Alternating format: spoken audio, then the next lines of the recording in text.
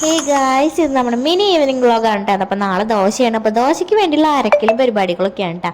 അപ്പോൾ ഉപ്പിട്ടപ്പോൾ ലേശം ഒന്ന് കൂടിയോന്ന് സംശയമായി. അതാണ് അങ്ങനത്തെ ഒരു എക്സ്പ്രഷൻ വന്നത് കേട്ടോ. നമ്മുടെ ശിവമോൻ അവിടെ കിടന്നിട്ട് ഉറങ്ങുകയാണ്.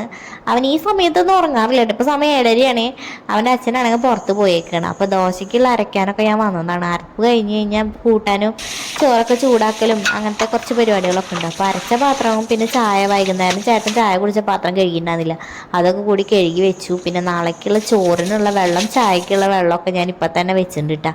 കാരണം രാവിലെ വെച്ച് കഴിഞ്ഞാൽ ചിലപ്പോൾ ചേട്ടൻ ചായക്ക് വന്നാലാണ് എനിക്ക് ചായയുടെ കാര്യം ഓർമ്മ ഉണ്ടാവുള്ളൂ. ചിലപ്പോൾ മറന്നു പോകും. ചേട്ടന് 2 ചായ കുടിക്കണം. പല്ല് വെച്ച് കഴിഞ്ഞാൽ ഒരു ചായ, പിന്നെ ശരിക്കും ചായ കുടിക്കുമ്പോൾ ഒരു ചായ. അപ്പോൾ അതൊക്കെ വെള്ളമൊക്കെ എടുത്ത് വെച്ചിട്ടുണ്ട് കേട്ടോ. അപ്പോൾ അത് കഴിഞ്ഞ് ഞാൻ മീൻ വറുത്തു. പിന്നെ ഇതാ ശിവ എണിച്ചു വന്നു കേട്ടോ. അപ്പൂക്കും ലേശം ഒരു കിണുക്കുണ്ടായിരുന്നു കേട്ടോ അവന്.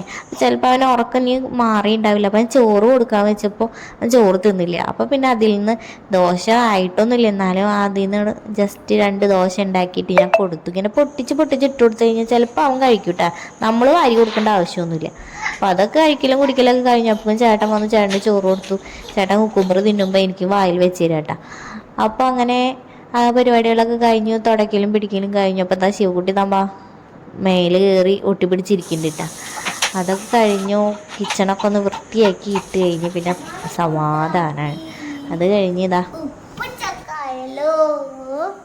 ഉപ്പ് അയ്യോമ്പടത്തില്ല ഉപ്പ് ചക്കായല്ലോ ചീമി ഉപ്പ് ചക്ക് ചീമി ഉപ്പ് ചക്ക് ചിമുച്ച് ഉപ്പ് ചക്ക് ഉപ്പ് ചക്കല്ലോ.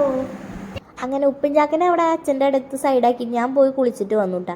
അവൻ്റെ അച്ഛൻ്റെ വിചാരം ഞാൻ ഇത് അപ്ലോഡ് ചെയ്യില്ല വെച്ചിട്ടാണ് ഇങ്ങനത്തെ കോമാളിത്തരമൊക്കെ കണ്ടത്. പക്ഷെ ഞാൻ അപ്ലോഡ് ചെയ്തിട്ടുണ്ട് ഗൈസ്. അപ്പോൾ ഇത്രയൊക്കെ ഉള്ളൂ. ബൈ.